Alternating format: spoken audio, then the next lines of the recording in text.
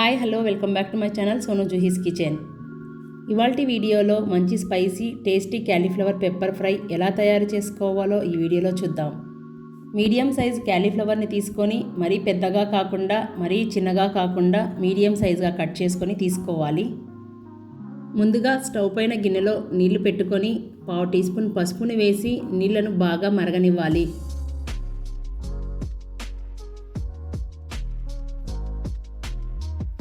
ఇలా బాగా మరిగిన ఈ నీళ్ళల్లో క్యాలీఫ్లవర్ ముక్కల్ని వేసి ఫ్లేమ్ని హై ఫ్లేమ్లో పెట్టుకొని 4 నుంచి 5 నిమిషాలు ఉడికించుకుంటే సరిపోతుంది. క్యాలీఫ్లవర్ ముక్కలు 70% ఉడికితే సరిపోతుంది. మరీ మెత్తగా ఉడికించుకోకండి, ఎందుకంటే మీరు ఫ్రై చేసేటప్పుడు ముద్దగా వచ్చేస్తుంది. ఫ్రై అనేది 70% ఉడికితే సరిపోతుంది. ఉడికించుకున్న క్యాలీఫ్లవర్ ముక్కల్ని ఇలా జల్లెడ గిన్నెలోకి తీసి పక్కనుంచండి. ఇప్పుడు స్టవ్ మీద కడాయిని పెట్టుకొని 2 టేబుల్ స్పూన్ ఆయిల్ని వేసి ఆయిల్ వేడయ్యాక 1 టీ స్పూన్ ఆవాలు, 1 టీ స్పూన్ జీలకర్ర, 2 ఎండుమిరపకాయలు, సన్నగా తరిగిన ఉల్లిపాయ ముక్కల్ని వేసి కొద్దిగా కలర్ వచ్చేంత వరకు వేయించుకోవాలి.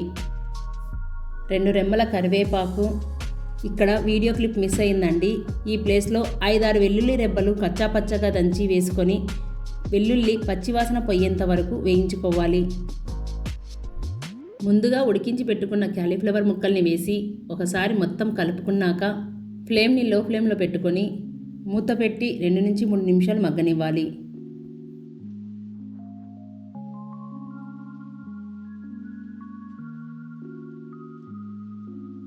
ఇప్పుడు ఇందులోకి 1/2 టీ స్పూన్ పసుపు, 1/2 టీ స్పూన్ కారం, 1/2 టీ స్పూన్ ధనియాల పొడి, రుచికి సరిపడా ఉప్పు, ఫ్లేమ్ని సిమ్లో పెట్టుకొని ముక్క విరగకుండా నిదానంగా ఉప్పు కారం ముక్కలకు పట్టేలాగా కలుపుకోవాలి.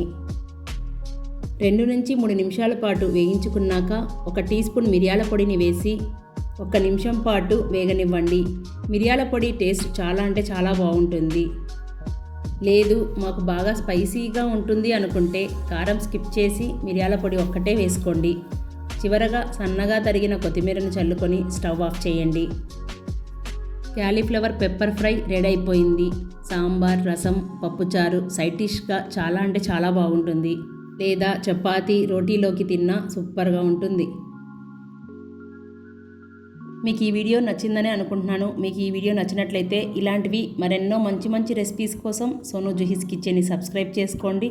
మీ ఫ్రెండ్స్ రిలేటివ్స్కి షేర్ చేయండి, లైక్ చేయండి. మీ ఫీడ్బ్యాక్ని కామెంట్ చేయడం అస్సలు మర్చిపోకండి. అంతవరకు బాయ్ ఫ్రెండ్స్.